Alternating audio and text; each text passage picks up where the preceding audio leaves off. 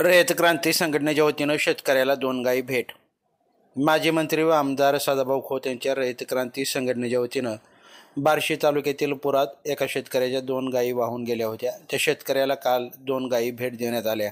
तर काल माढा तालुक्यातील रिधोरे तांदुळवाडी येथील सुमारे 400 ते 500 पूरग्रस्त शेतकऱ्यांना रयत क्रांती संघटनेच्या वतीनं ब्लँकेट, चादर तसेच संसारोपयोगी साहित्य वाटप करण्यात आलं असून आज पुन्हा सीना नदीकाठच्या पूर परिस्थितीमुळे बाधित झालेल्या सोलापूर मोहोळ येथील व सीना नदीकाठच्या बाधित शेतकऱ्यांना मदत करण्यात येणार असल्याचं आमदार सदाभाऊ खोत यांनी प्रसारमाध्यमांशी काल तांदुळवाडीत बोलताना सांगितलं।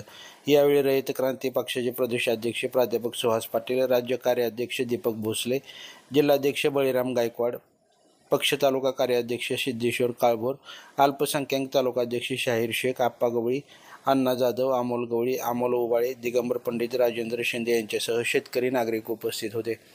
ताजे अपडेट जाणून घेण्यासाठी लाईव्ह महाराष्ट्र झोन न्यूजच्या यूट्यूब चॅनलला सबस्क्राईब करा, तसेच बेल आयकॉनवरती क्लिक करा। साहित्य काढता आलं का सगळं? साहित्य काढून ठेवलं वर ठेवलं